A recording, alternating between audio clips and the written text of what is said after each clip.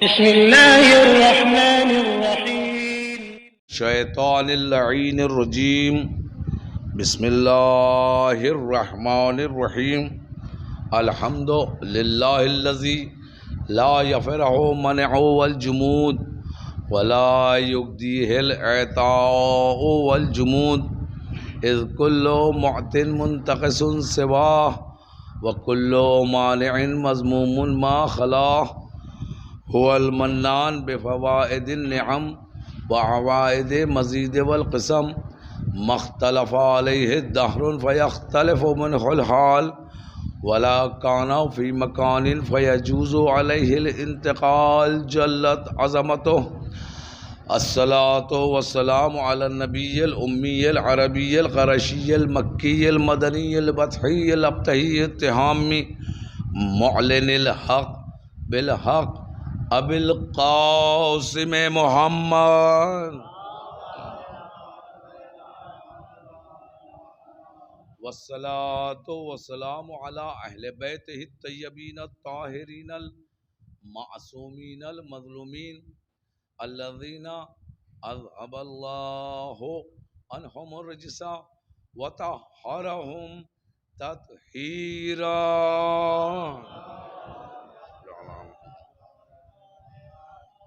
واللعنة الدائمة على أعدائهم وقتلتهم ومنكر فضائلهم ومصائبهم وعظمتهم وعلومهم وجلالتهم وعطشهم أجمعين.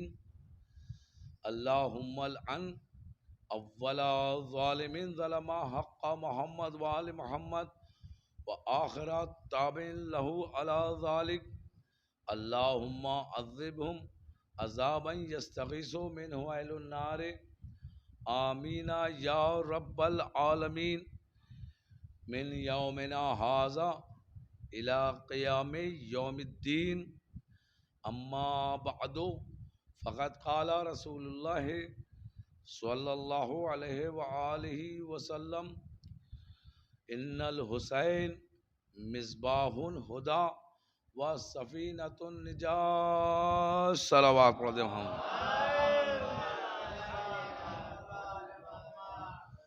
حضرات، رسول اکرم کی مشہور و معروف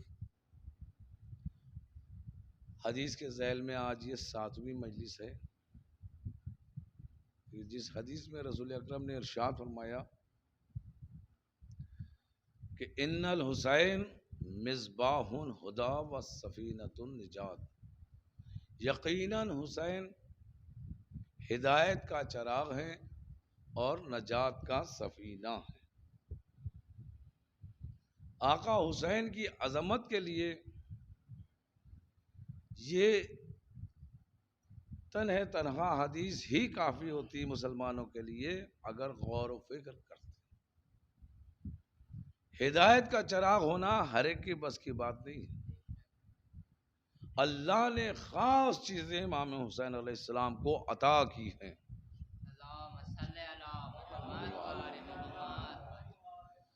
بہت سی خصوصیات آقا حسین کے لیے باقی رکھی. بہت سی خصوصیات ہمارے آپ کے چوتھے امام زین العابدین علیہ السلام ان کے لیے رکھی کہ جو نہ انبیاء کو دیں نہ اوصیاء کو دیں. کچھ چیزیں مخصوص ہیں کہ جو اللہ نے ائمہ کو دیں. کچھ چیزیں مخصوص ہیں کہ جو اللہ نے انبیاء کو دی. کچھ مخصوص ہیں چیزیں کہ جو اوصیاء کے لیے ہیں. سب کو ان کے زمانے کے حساب سے اللہ نوازتا رہا. لیکن جب کربلا کی بنا آئی، کربلا کو بنانے کا ارادہ کیا اللہ نے، تو عالم ارواح روحوں کا عالم، نہ کوئی عالمین میں سے کوئی عالم خلق ہوا تھا، نہ زمین خلق ہوئی تھی، نہ آسمان خلق ہوا تھا. عالم ارواح ہے، ابھی سب کی روحیں ہیں. اللہ نے ارادہ کیا کہ ہم کائنات کو بنائیں، لیکن کائنات کو بنانے کے لیے چند شرطیں تھیں.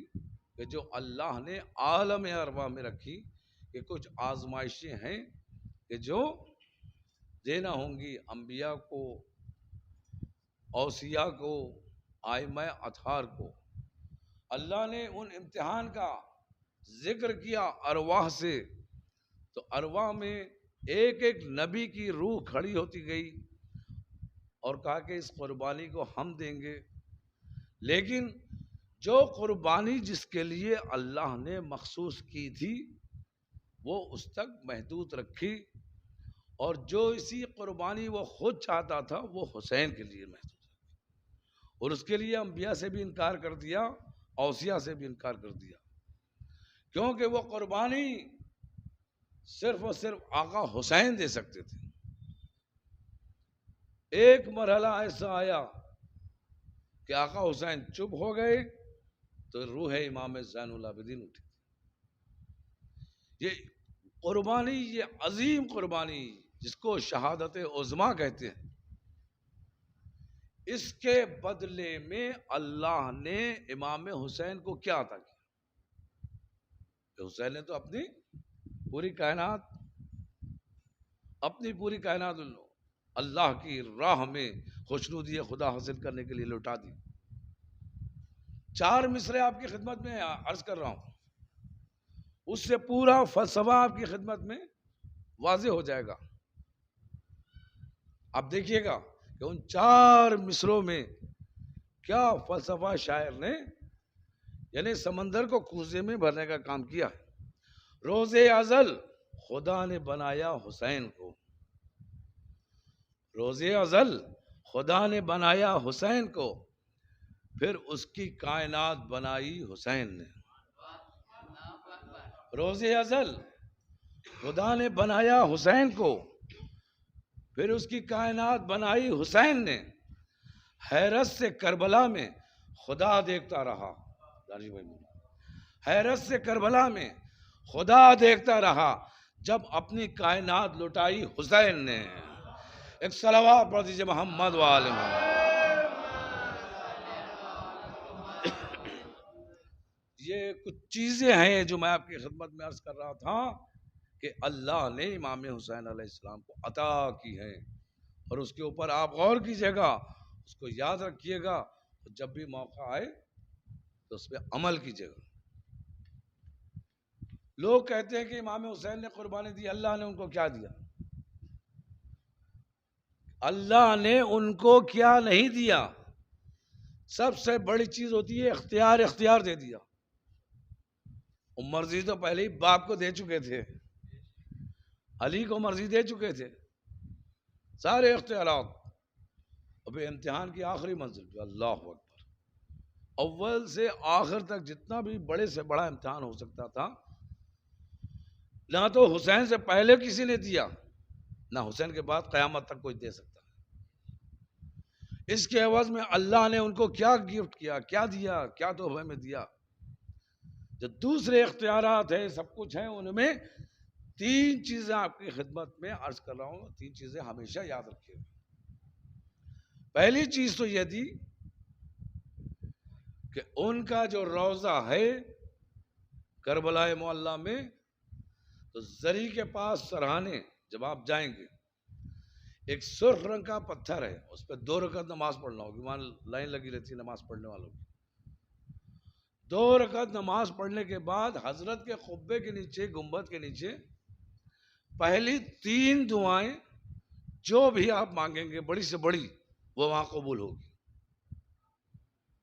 پہلا یہ سب سے بڑا وہ دیا ہے، حسین کو اختیار دیا ہے۔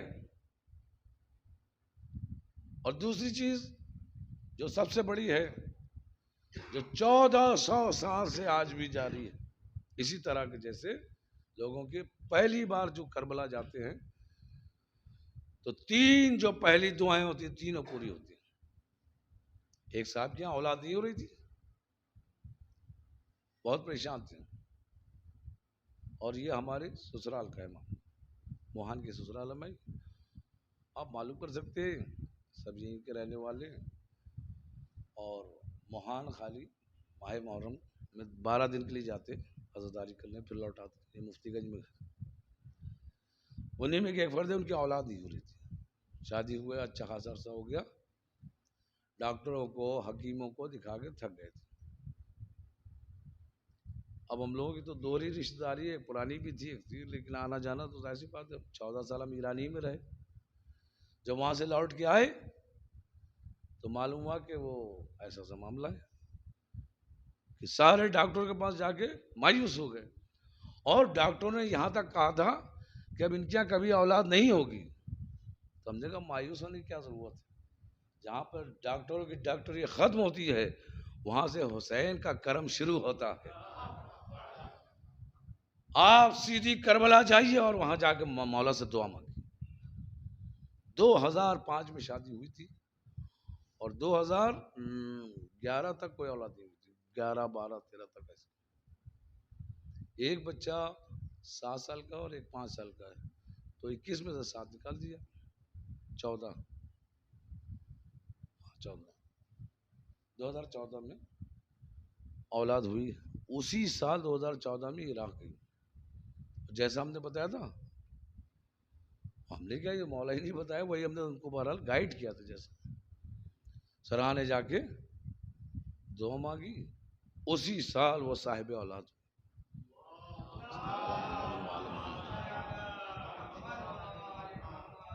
تو 3 دعائیں پوری ہوتی ہیں۔ انہوں نے ایک اولاد مانگی تھی، آج ماشاءاللہ 2 اولاد ہیں، اور بیٹا بھی ہے بیٹی بھی ہے۔ بیٹا نعمت ہوتا ہے، بیٹی رحمت ہوتی ہے۔ جن کو کہا تھا ڈاکٹروں نے کبھی زندگی میں اولاد ہو ہی نہیں سکتی، اللہ نے آقا حسین کے صدقے میں ان کو رحمت بھی عطا کی اور نعمت بھی عطا کی۔ ایک صلوات پڑھ دیجئے محمد والے محمد۔ تو 2 چیزیں ہو گئی ہیں، اور تیسری کیا؟ خاک شفا۔ اللہ اکبر۔ جہاں پر امام حسین علیہ السلام کا خون ٹپک گیا اس کو خاک شفا قرار دیا اللہ نے۔ جن کے پاس آج بھی اصلی خاک شفا ہے تو وہ روز عاشورہ آپ کو معلوم ہے بوقت عصر سرخ ہو جاتی ہے۔ بعض لوگوں کے پاس تسبیحیں ہیں جس میں مخلوط ہے، ہلکی سی بھی ملی ہے تو تسبیح میں سرخی آ جاتی ہے۔ کربلا معلیٰ سن 97 میں پہلی مرتبہ شرف حاصل ہوا تھا زیارت کا، 95 میں، پھر 97 میں دوسری بار، اس کے بعد سے ابھی تک نہیں ہوا، پھر 2 بار شرف حاصل ہوا۔ تو وہاں سے کچھ تسبیحاں لے کے آئے تھے، ایسی تلہ زینبیہ سے گزر رہے تھے، دیکھا وہاں پہ تسبیحاں اور وہ ہے تو ہم نے کہا یہیں سے لے لیتے۔ سب سے پہلے مس کیا تلہ زینبیہ میں، جہاں بی بی زینب سلام اللہ علیہ کا مقام، اس کے بعد کربلا سے مس کی، اس کے بعد لیا ہے۔ وہ کہہ رہے تھے کہ ہے خاک شفا ہے۔ ساری تسبیحاں تو بہرحال وہاں کی خاک، عام خاک بھی بہت بڑی ہوتی ہے، کیونکہ روایت میں ہم نے دیکھا ہے کہ اگر کسی میت پر خالی وہاں سے تشییع جنازہ ہو رہی، نکل رہی ہے میت، اور خاک وہاں کی روضے کے باہر کی خاک پڑ جائے تو اس کو نہ فشار قبر ہوگا نہ سوال و جواب ہوگا، یعنی کچھ وہاں ہوئے گا نہیں، حفاظت کرے گی وہ خاک۔ تو جس کی خاک کی اتنی تاثیر ہو کہ یہ زمین اس کو فشار نہ دے سکے، تو وہ علی کے جو قبر میں بھی زیارت کے لیے آتے، ہم جب ان کی زیارت کریں گے تو قبر کی کیا مجال کہ ہم کو فشار دے سکے۔ ایک صلوات پڑھ دے محمد والا۔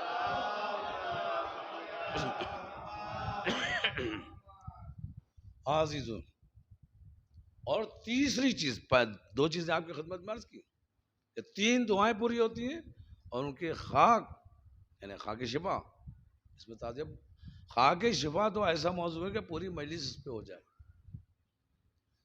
لیکن تیسری چیز کے بارے میں بھی بتانا ضروری ہے کہ 3 چیزیں آپ یاد رکھیں، انشاءاللہ کسی اور مجلس میں خاک شفا کے سلسلے میں آپ کی خدمت میں اس کے فضائل، خاک شفا کے فضائل، اور یہی نہیں کہ فضائل، دوسرا رخ بھی، خاک شفا مومنین کے لیے شفا دیتی ہے، دشمنوں کے لیے نہیں دیتی ہے۔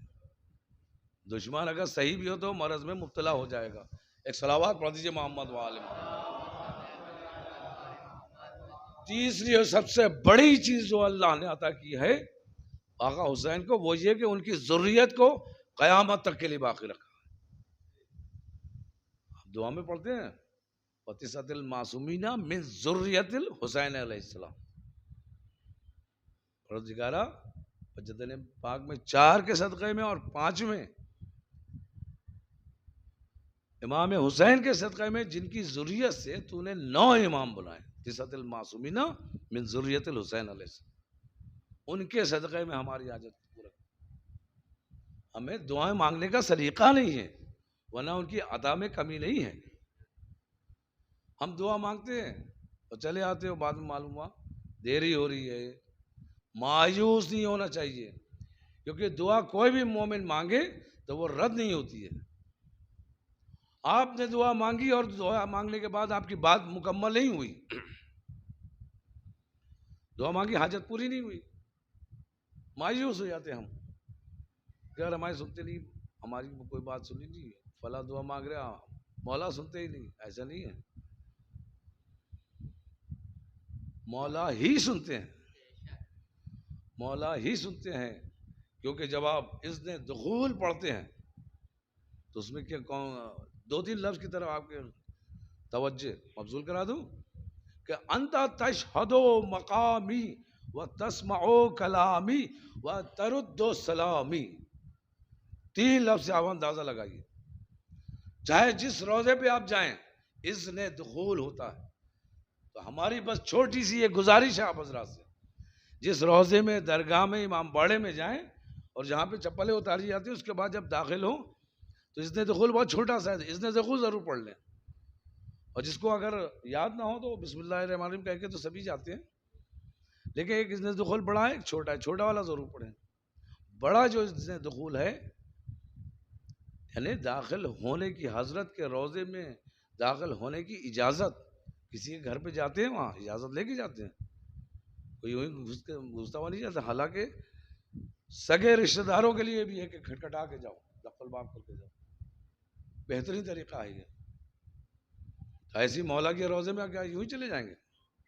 ہم نے دیکھا لوگ جلدی میں کہ کربلا بھی جانا ہے، دیانت کربلا بھی جانا ہے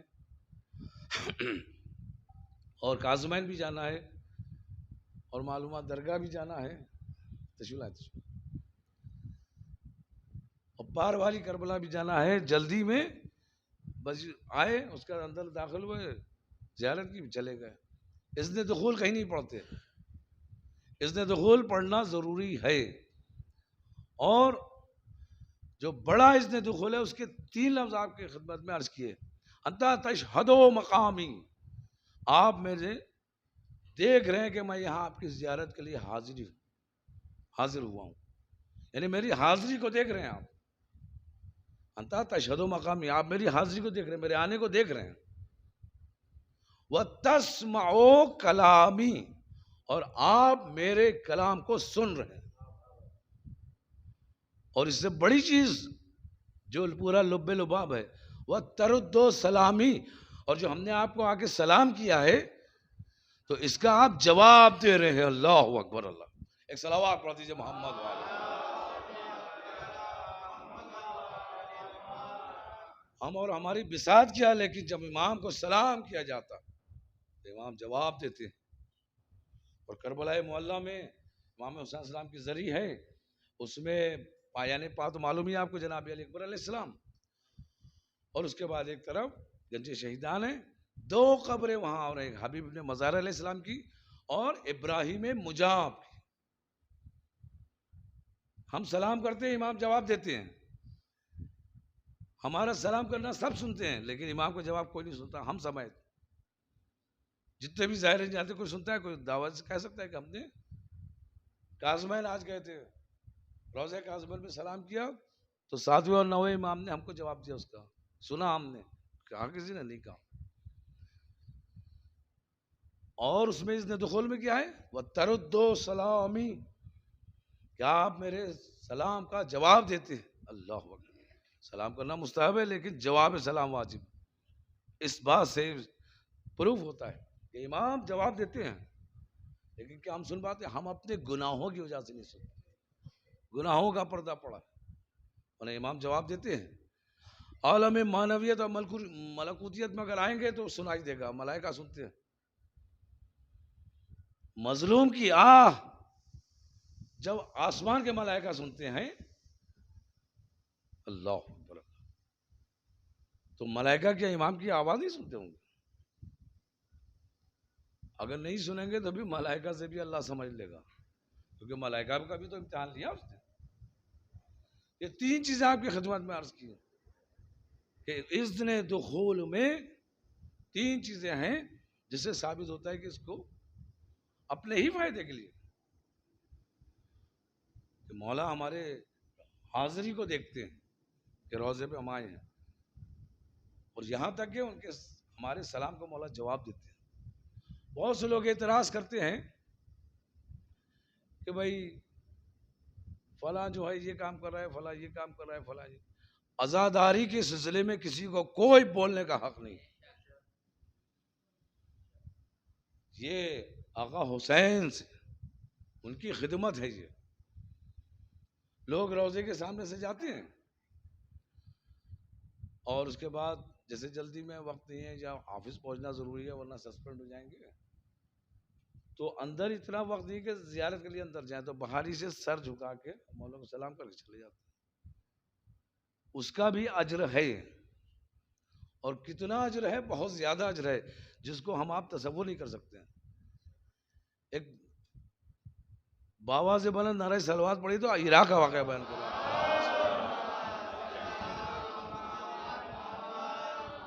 عراق کے بارڈر پہ آپ کو تو معلوم وہاں مخلوط آبادی ہے اور اکثریت ہے شیعوں کی، 85% شیعہ ہیں عراق میں، ہمیشہ سے رہے، لیکن وہ ویسے ہی ہیں، سب نہیں، اکثریت وہ دنیا دار ٹائپ کے، حکومت سے ملے ہوئے، بجائے امام حسین کے وہ صدام سے مانگتے تھے۔ کیا ہوگا ہم نے خود دیکھا، سامرا گیا تھا وہاں، جالی پکڑے ہوئے، جالی کس کی پکڑے ہوئے؟ سامرا میں کس کا 10ویں 11ویں امام کے روزے ہیں، جالی پکڑے ہوئے صدام کے لیے دعا کر رہے ہیں۔ اللہ اکبر، ہم نے کہا لعنت ہو صدام پہ، ایک دم سے چونکا وہ، پولیس میں تھا وہ، ماذا تقول، ہم نے کہا کیا کہہ رہے ہیں آپ؟ کہلے میں صدام کے لیے دعا کر رہا ہوں۔ ہم نے کہا یہاں قبول نہیں ہوگی، اس کی دعا کہیں اور قبول ہوگی، بغداد جائیے، ایک صلوات پڑھ دیجیے محمد و آل محمد۔ غلط جگہ آ گئے آپ۔ ظاہر سی بات ایسی تھا بھی، وہ شیعہ نہیں تھا، یہ نہیں پتا، اہل سنت کی بات بتا رہا ہوں یہ۔ لیکن بعض شیعوں کا بھی وہاں چونکہ معرفت نہیں ہے یا حکومت سے ڈر تھا صدام کی، اس لیے سب ہوتا تھا۔ پر جو میں بتانے چاہ رہا تھا ضرب المثل، اس کے بعد پھر اپنے مسائل پہ آتا ہوں کہ بارڈر میں جب وہ ایرانی یا دوسرے لبنانی یہ سب آتے تھے تو ان کے سامان چیک ہوتا ہے، ہر جگہ ہوتا ہے سامان چیک ہوتا ہے۔ تو ایک سنی تھا وہاں بھی ٹائپ پہ یا بدل جو بھی ہو، اہل سنت تھا، بہرحال کس مسلک سے تھا یہ معلوم نہیں ہے، لیکن آپ اس کے نظریے سے پہچان جائیں گے کس مسلک کا تھا۔ اور یہ میں پڑھ کے کوئی اختلاف نہیں بیان کروں، بلکہ زندگی کو سدھارنے کے لیے انسان کو اپنے حقوق کی پایمالی نہیں کرنا چاہیے، اور کیسے برتاؤ کرتے ہیں اور مولا ہمارے ساتھ کیسے برتاؤ کرتے ہیں، یہ بھائی چارگی کے لیے بہترین مثال ہے۔ ہم جانتے ہیں کہ جہاں یہ امام باڑہ ہے اس کے چاروں طرف ہمارے اہل تسنن بھائی ہیں، ان کو میں سنانے کے لیے پڑھ رہا ہوں، ان کو سنانے کے لیے، اور جن سے جو اگر ملاقات ہو جا کے بتائیے گا ایسے واقعات۔ اہل سنت تھے وہ، ایک شیعہ آگے بڑھا، اس نے بیگ دیا، ظاہر تھے وہ کھولا، اس نے جو ہے کچھ الفاظ کہے نازیبا، اس کے بعد پوچھا کہ لگے تم جو شیعہ ہو؟ کہا ہاں، جیسی سنا شیعہ ہے اس کو الٹا سیدھا کہنا شروع کر دیا، الفاظ کہے، الٹے سیدھے الفاظ کہے، تو وہ اتنا زیادہ برہم ہو گئے، وہ آئے تھے زیارت کے لیے، نماز بھی جب زیارت کے لیے سے چلتا ہے تو سارے خرافات ذہن سے نکال کے چلتا ہے، بھئی مولا کی زیارت کے لیے جا رہے ہیں۔ اس نے کہا میں کچھ نہیں کہتا، لیکن جو کچھ تم نے کہا اس کی شکایت جا کے مولا علی سے کروں گا۔ تو اس نے اس پر ایک اور جملہ کہا جا کے اپنے مولا سے کہہ دو، معاذ اللہ، اس نے کہا کہ وہ بھی کچھ نہیں کریں گے۔ اب یعنی بات یہاں تک تھی، اس سے آپ اندازہ لگا لیے، نقل کفر نہ باشد، واقعے کو بیان نہیں بیان کر رہا ہوں، بس یہ اس نے ایک جملہ جواب میں کہا کہ میں مولا علی سے شکایت کروں گا اپنے مولا سے، پھر دیکھنا تمہارا کیا ہوتا ہے۔ اور ابھی لوٹ کے بھی آؤں گا ادھر ہی بارڈر پہ، بغیر تم سے ملاقات ہوئے تو واپسی بھی نہیں ہوگی. اس نے کہا میں تمہارا انتظار کروں گا، دیکھتا ہوں کہ مجھے کیا ہوتا ہے. زیارتیں ہوئی، قافلہ واپس آیا پھر بارڈر پہ اپنے وطن جانے کے لیے. اور اس اتفاق سے اس دن بھی اسی کی ڈیوٹی تھی، اسی شخص کی ڈیوٹی لی. اس نے کسی اور کو بیگ نہیں دیا، اس نے بھی جا کے اسی کو بیگ دیا کہ معلوم کر کے کیا ہوا، اور شکایت کر کے آیا تھا مولا کائنات کی. اس نے چھوٹتے ہی کہا کہ تم وہی ہو نا؟ کہا کہ ہاں وہی ہوں، اور میں جان بوجھ کے تمہارے پاس آئے پوچھنے کے لیے کہ تمہارے پاس کون سا عذاب نازل ہوا جو تم نے ہمارے ساتھ وہ کی تھی اور بے حرمتی کی تھی اور میرے مولا کی شان میں گستاخی کی تھی، اور ہم نے جا کے ان سے شکایت کی ہے، ضرور کچھ نہ کچھ ہوا. اس نے کہا کچھ نہیں ہوا.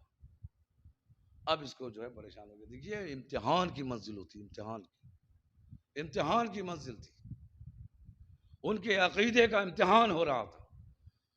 اب تو جو تھے بالکل خاموش ہو گئے، کہنا چل ٹھیک ہے، کچھ بولے ہی نہیں، آ گئے واپس. لیکن پہلی شب جو اپنے گھر میں آ کے وہ سوئے تو انہوں نے نجف کا رخ کر کے مولا کائنات کی زیارت پڑھی. اس کے بعد کا مولا ہماری سمجھ میں نہیں آیا کہ وہ شخص جو ہے اتنا آپ کی شان میں گستاخی کر رہا تھا، آپ کے چاہنے والوں سے جل رہا تھا. میں نے اس کے لیے اتنی بد دعا کی تھی، آپ سے دعا کی، لیکن میری دعا کیوں نہیں قبول ہوئی؟ یہ کیوں ہو گیا کہ اس کو کچھ ہوا ہی نہیں؟ وہ تو تب بڑا دشمن ہے، تبھی کچھ نہیں ہوا. یہ اپنے سب وہ دعا زیارت پڑھ گیا، اس کا آخری امام کی زیارت پڑھی، اس کا سو گیا. خواب میں اس نے دیکھا کہ مولا کائنات کے ذریعے اللہ اللہم صلی علی محمد وعلی محمد وعجل فرجہ. اب وہ خواب میں دیکھا کہ مولا کائنات کی ذریعے پہ ہے. مولا کائنات نے سوال کیا تمہارا کیا سوال تھا؟ اب یہ تھرتا کانپ رہا ہے. کہنا نہیں پوچھو، تمہارا جو اضطراب ہے اور جو تمہاری ایسی کیفیت ہے اس کے علاج کے لیے پوچھ رہا ہوں. کہا مولا آپ کی شان میں گستاخی کر رہا تھا، آپ کی محبت میں ہم نے آپ سے شکایت کی لیکن آپ نے سنا نہیں، اس کی وجہ کیا یہ جاننا چاہتا ہوں، اس لیے پریشان ہوں. مولا نے جواب دیا کہ اس کو ہم نے سزا کیوں نہیں دی پتہ ہے؟ کہ اتنا برا ہے وہ، لیکن جب بھی میرے روضے کے سامنے سے گزرتا ہے تو سر جھکا کے مجھے سلام کرتا ہے. ایک سلام کا اتنا اجر ہے کہ مولا اس کو سزا نہیں دیتے. اللہ اکبر. تو جو شخص بھی جس طریقے سے خدمت اعضا کر رہا ہے تو ہمیں اس سے ٹوکنے کا حق نہیں ہے. ہو سکتا ہے کوئی خالی لکڑی چلا رہا ہو، اجر دینے والے حسین ہیں، حسین سے ڈرنا چاہیے، کیونکہ فقیہ اعظم جو اپنے زمانے کے واحد و یکتا عالم تھے، آیت اللہ العظمی محسن خوش صاحب نہیں ہاں محسن الحکیم صاحب واحد عالم تھے. ان سے پوچھا تو انہوں نے جواب میں یہ کہا تھا از مادر حسین می ترسم، مجھے اس سلسلے میں کچھ کہتے ہوئے حسین کی ماں سے ڈر لگتا ہے. اللہ اکبر. اور اپنے قبر میں سب کو جواب دینا ہے، نہ کوئی آیت اللہ وہاں آئے گا، نہ کوئی مولانا آئے گا، نہ ملا آئے گا. اپنی تیاری خود کرنا ہوگی. ہاں عزیزوں، آج 7ویں محرم ہے. آپ کو معلوم ہے کہ 4 محرم کو خیام حسینی نہر سے ہٹا دیے گئے تھے. جو کچھ خیموں میں پانی بچا تھا وہ 6 محرم کی رات تک چلا، اور 7ویں محرم سے حسین کے خیام میں فقدان آب ہو گیا. پانی کا ایک قطرہ نہیں. گرمی اتنی تھی کہ بچوں کے مٹی کے پیالے، مٹی کے کوزے سوکھ چکے تھے. چھوٹے چھوٹے بچے سوکھے ہوئے کوزے لیے ہوئے ایک خیمے سے دوسرے خیمے میں، دوسرے خیمے سے تیسرے خیمے میں، العطش العطش، ہائے پیاس کے نعرے لگا رہے تھے. حسین کے چھوٹے چھوٹے بچے پیاسے ہیں، کوئی نہیں کہ جو پانی دے. ہاں عزیزوں، پیاس کا منظر انشاءاللہ 9 محرم کی مجلس میں آپ کی خدمت میں عرض کروں گا. آج آپ کو جناب رباب کو، آج آپ کو جناب فروا کو ان کے لال قاسم کا پرسہ دینا ہے۔ کون؟ قاسم ابن الحسن۔ عزیزوں، ایک اور روایت ملتی ہے، اس میں لوگوں سے مخالطہ ہو جاتا ہے۔ جن لوگوں نے اردو میڈیم پڑھ کر مجلسیں پڑھنا سیکھی ان سے زیادہ ہوتا ہے، اس لیے کہتے ہیں کہ عربی اور فارسی زیادہ ضروری ہے۔ تو اس میں اردو کی کتاب میں کسی نے لکھ دیا ہوگا، اکثر بڑے اور چھوٹے ذاکرین کو ہم نے سنا ہے وہ پڑھتے ہیں کہ جب امام حسین شہید ہونے جا رہے تھے تو ایک 5 سال کا بچہ آیا، اس نے آ کر وہ خنجر پکڑ لیا، اور وہ یہ کہتے ہیں کہ وہ جناب امام حسن کا بیٹا تھا، چھوٹا بیٹا تھا۔ وہ امام حسن علیہ السلام کے چھوٹے بیٹے جناب قاسم ہی تھے، ان سے چھوٹا کوئی بچہ نہیں تھا، اس لیے کہ سن 50 ہجری میں امام حسن کو زہر دغا سے شہید کر دیا گیا تھا، اور جناب قاسم پیدا ہو چکے تھے، اور سن 61 ہجری میں واقعہ کربلا ہوا ہے۔ تو اگر چھوٹے سے چھوٹا بھی بچہ ہوگا تو کم سے کم 11 سال کا ہوگا، 5 سال کا نہیں ہوگا۔ ہاں عزیزو، جناب قاسمی ایک مرتبہ امام حسن نے اس دنیا سے جانے سے پہلے ایک تعویذ لیا، قاسم کو بلایا اور اس کے بعد کہا کہ آؤ میرے نزدیک آؤ، اپنے کلیجے سے لگایا اور اس کے بعد وہ تعویذ باندھ دیا، اور اس کے بعد ایک جملہ فرمایا، اے بیٹا قاسم، اے بیٹا قاسم، جب کسی الجھن میں پھنسنا تو اس تعویذ کو کھول کر دیکھ لینا، جب بھی کوئی مشکل آئے مشکل کشائی کرے گا یہ تعویذ۔ اتنا کم سن تھا اس وقت کہ کربلا میں جس کی عمر 13 سال ہو، اس کا مطلب ہے کہ اس وقت 2 سال تھی، اس لیے آپ نے ایسے جملے فرمائے، اور اس کے بعد وہ تعویذ کا بڑا خیال رکھا قاسم نے۔ ہاں عزیزوں، روز عاشوراء بنی ہاشم اپنی اپنی قربانیاں پیش کرنے لگے۔ ایک مرتبہ جناب قاسم کئی بار جاتے ہیں لیکن آقا اجازت نہیں دیتے، اے میرے لال تمہارا بابا اس دنیا میں نہیں ہے، اے میرے لال یہ چچا تمہیں کیسے اجازت دے دے۔ اسی کشمکش میں تھے کہ ایک مرتبہ خالی خیمے میں آ کر گھٹنوں پہ سر رکھ کر بیٹھ گئے قاسم، اور گھٹنوں پہ سر رکھا، رونا شروع کیا۔ اسی اثنا میں ایک مرتبہ وہ تعویذ ہلنے لگا، تعویذ ہلنے لگا۔ جناب قاسم نے اس تعویذ کی طرف توجہ کی، اس تعویذ کو کھولا، اب جو دیکھا تحریر امام حسن تھی، اس کے اوپر لکھا تھا من حسن ابن علی علیہ السلام، کہ میں حسن علی کا بیٹے کی طرف سے لکھ رہا ہوں۔ اے قاسم، ارے ایسا ایک وقت آئے گا کہ جب تمہارا چچا حسین کربلا کے میدان میں چاروں طرف سے گر جائے گا تو تم اپنی جان کا نذرانہ پیش کرنا۔ قاسم جو ابھی رو رہے تھے، تحریر حسن دیکھ کر ایک مرتبہ چہرے پہ مسکراہٹ آئی، جلدی جلدی آنسوؤں کو پہنچا، اس کے بعد تیزی سے چلتے ہوئے اپنے امو جان کی خدمت میں آئے، کہا کہ اب میں آپ سے لڑنے کی اجازت نہیں لوں گا، جنگ کی اجازت نہیں لوں گا، بس آپ یہ تعویذ پڑھ لیجئے۔ امام حسین نے تعویذ لیا، تعویذ کو پڑھنا شروع کیا، حسین نے گریہ شروع کیا، 2 زانو ہو کر بیٹھے، الیہ الیہ یا قاسم، اے قاسم میرے نزدیک آ جاؤ۔ قاسم نزدیک گئے، سینے سے سینہ لگا کر روئے۔ اس کے بعد قاسم کو تیار کیا۔ کیسے تیار کیا؟ مولا عباس نے کہا گھوڑے پہ بٹھاؤ، مولا عباس نے گھوڑے پہ بٹھایا۔ اس کے بعد کہا بیٹا قاسم ابھی رکے رہو، حسین خراما خراما قاسم کی طرف آ رہے ہیں۔ اور نزدیک جانے کے بعد ایک مرتبہ امامے کا تحت الحنک کھولا، اس کو بیچ سے چاک کیا، ایک سرا دائنی طرف لٹکایا، دوسرا سرا بائیں طرف لٹکایا۔ اس کے بعد کہا بیٹا قاسم جاؤ خدا حافظ، بیٹا قاسم جاؤ خدا حافظ۔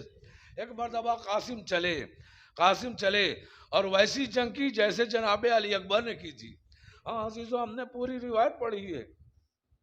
جناب قاسم جنگ کرتے ہوئے گئے، ازرق شامی نے اپنے بیٹوں کو بھیجا، چاروں کو فنار کیا۔ بعد میں جب دیکھا کہ 4 جوان بیٹے جہنم حاصل ہو چکے ہیں تو بفرا ہوا آیا اور 3 دن کے بھوکے اور پیاسے قاسم پہ حملہ کیا، لیکن جناب قاسم نے بھی اس کو بھی فنار کیا۔ ہاں عزیزوں، اس دوران کئی ضربے لگی قاسم کو، لیکن قاسم کو کسی چیز کی تلاش تھی، اسی لیے وہ آگے بڑھ کے حملے کر رہے تھے، یہاں تک کہ یزیدی خیام تک پہنچے۔ وہاں ایک عربی نسل کا گھوڑا تھا، اس کی ڈوری کو کھولا اور اس کے بعد واپس آ رہے ہیں جنگ کرتے ہوئے، لا کر امام حسین علیہ السلام کو دیا، کہا یہ فلاں صحابی کا گھوڑا ظالم لے گئے تھے، میں ان کو واپس لے کر آیا ہوں، یہ ان کی یادگار ہے۔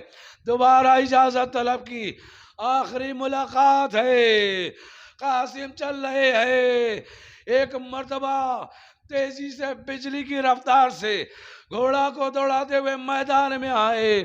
عزیزو، ایک فارسی شعر نے کہا، فارسی شاعر نے شعر کہا، بر فرس تند رو ہر کے تورا دید گو، تیزی سے بجلی کی رفتار سے چلتے ہوئے گھوڑے پر جس نے بھی تم کو دیکھا تو یہ کہا کہ برگے گلے سرخ را بات کجا می برد، ارے پھول کی اس پنکھڑی کو یہ ہوائیں کہاں لیے جا رہی ہیں، اور یہ بچہ، یہ فوجیں 10 بچے کو پامال کر دیں گی۔ ہاں عزیزوں، جیسی قاسم پہ حملہ ہوا، آواز دی، اے امو جان میرا آخری سلام۔ ایک طرف سے عباس چلے، ایک طرف سے حسین چلے، چاہتے ہیں قاتل قاسم کو پامال کر دے، اس کو مقتل کر دے۔ اب جو آگے حملہ کیا، ارے اسی اسنا میں دہنی طرف کے گھوڑے بائیں طرف کے گھوڑے دہنی طرف، قاسم کی آخری ہچکی، آخری آواز، امو جان خدا حافظ۔ حسین سرانے آئے، آنے کے بعد قاسم پہ گریہ کیا، وہ رجز نہیں پڑھنا ہے، بس روایت کے آخری فقرے۔ ایک مرتبہ کسی صورت سے حسین قاسم کی لاش لے کر آئے اور اس کے بعد خیمے میں رکھا، جناب فروا کو بلایا گیا، سب نے ان کو پرسا دیا، واہ قاسمہ کے نعرے بلند ہوتے رہے۔ بس عزیزو، مجلس تمام ہے، شام غریبہ میں ایک آواز گونجی، گھوڑوں کی نعل بندی کی جائے۔ یہ آواز فروا نے سنی، پوچھا کہ جاؤ وزا پوچھو نعل بندی کیوں کر رہے ہیں۔ ایک مرتبہ ایک آواز آئی، ان لاشوں کو پامال کیا جائے گا۔ میں کہوں گا، یہ دشمن آہستہ بول، کہیں فروا نہ سن لے، ارے قاسم تو پہلے سے پامال ہے۔ ایک مرتبہ اس آواز کو دکھیاری ماں نے سنا، اس کے بعد دونوں ہاتھ بلند کیے، اے پروردگار، کیا میرا لال 2 بار پامال ہوگا؟